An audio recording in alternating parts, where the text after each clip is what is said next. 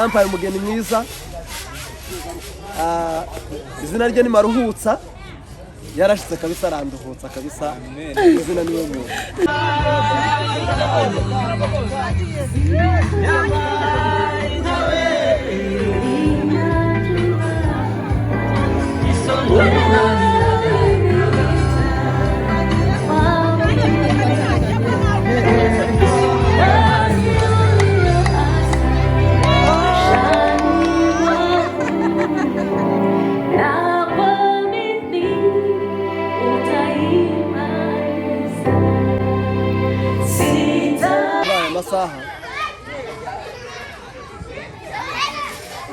Nabonye kuko ngo hari umwana umwe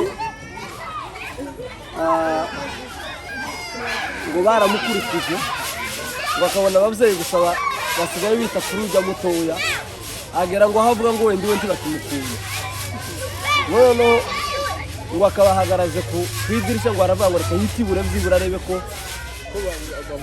bamurama ari cyo bamuvuga ngo ari tibura barakomereka aravyimba bona ngo baramwegereye cyane bamuhoza aravuga ati kumbe baracyankunda none naje nakoze ibintu zingo ni bitoya none nabonye kuko ndi kumwe n'abantu ubu ninja gukora ibinini ntabwo babizansiye Imana baheze umugisha mwinshi kuvuga ngo abapapa bakuze abamama bakuze urubyiruko kugeza ku bana bato ngo muricaye nitwebwe muteze amatwi mu birori byacu ndabashimiye bivuye ku mutima abaserukiye amafamiye yose kuko mwagiye mubibona abaserukiye kwa badata bukwe ndabashimiye kandi mwampaye umugeni mwiza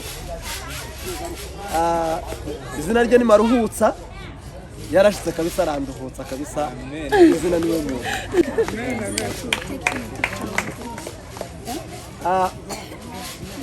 uyu munsi ko twage twango turagana dukora kuri bimwe by'urukundo rwacu twakoze ubufiansaye bw'umwana nta mujyanama twagira nta muhuza wundi twagira nta munsi twicaye turi abantu batatu ngo tugire ngo tubaza ngo biragenda gute ari ku ijambo twaga tuvuga twembi byakaza riba ari ukuri iki cyo ndakimushimiye ibindi byose ni 100%. Wabonye pare n'amarene barababonye kandi dufite pare mwiza muzi ukunda gahunda kurenza abantu bose parazayita yuko ico ngiye kurangirizaho reka nshimire ne kandi ndagira ngo mbasabe inkuga imwe kuko urukundo mwatweretse ndagira ngo mbasabe iki kintu uyu mushiki wacu afite channel ya YouTube ari mu kudufashiriza ibintu bikomeye ukubibi zose mu mwanya abakenera kubisangiza n'abandi murabibona byose yaba amafoto yaba n'ibindi mwakunze kutubwira ndabasaba ikintu kimwe ingunga bazasaba nugira ngo subscribe gusa akantu kamwe numara muzoza mugira ivyo mubona mu bisharingira abandi bigere kuri bose na like yes nta kintu kibaza gira cyo na comment nayivuge nari haguruka baza ko yitwa ngo ni Empower One TV murayibona bakunda igitaramo ari mu kudusharingira ibintu yafashe mu gitaramo nibi murabibona gose mbasabye yo nkunga ntabwo yabimbwiye ndi yana bintu myenti twavuganye ariko bitewe n'ukuntu ari mu gukora ibintu biza yitanze ta yindi nkunga yosaba gose mukora ku kantu kandi ni murangiza ndabizi ko muzogenda mwasanga ibindi bintu byiza byinshi Imana y'umwijuru baheze umugisha naje ico mbabwiye abazatwiyambaza mubizo mutekereza byose tuzabatenguha tuzabana namwe. Thank you. Twarabanye twabanaga hano mu nzu imwe kandi twabanye neza n'uyu munsi nubwo tutabana mu nzu imwe ariko tubana hafi inshuti nziza n'abavandimwe beza reka rero ndatwaye umwanya nabageneye impano n'inshuti zanjye nk'abaturanyi Imana ibaha umugisha kandi komeze mugubwe neza. Ndashima cyane kuri uyu muryango, mu by'ukuri ni umuryango mwiza kandi ni umuryango ugira urukundo rwinshi cyane. N'umugore wiwe uko bamuvuze niko bimeze, nawe turamukunda kandi nawe aradukunda cyane, kandi nawe akunda umuryango wacu. Nubwo mwavuze namwe ngo ni umusinga, muramukunda cyane, ngo nawe natwe ni ukuri aradukunda kandi natwe turamukunda. Turabashimiye cyane.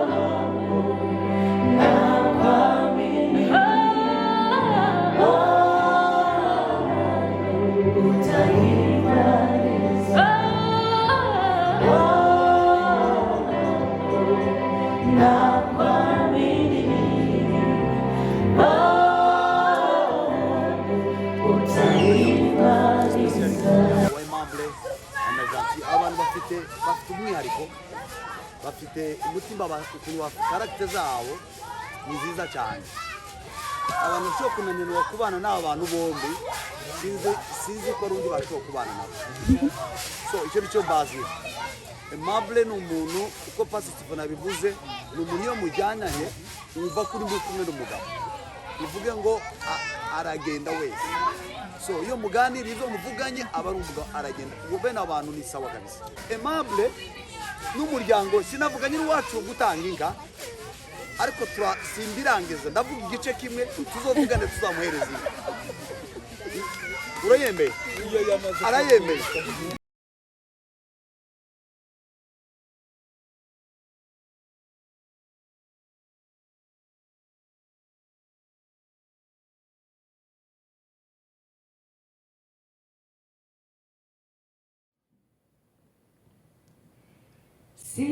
Sitafahamu, ninajua wewe uliniita mwaminifu, kazi uliyoanza maishani mwangu, na kuamini utaimaliza.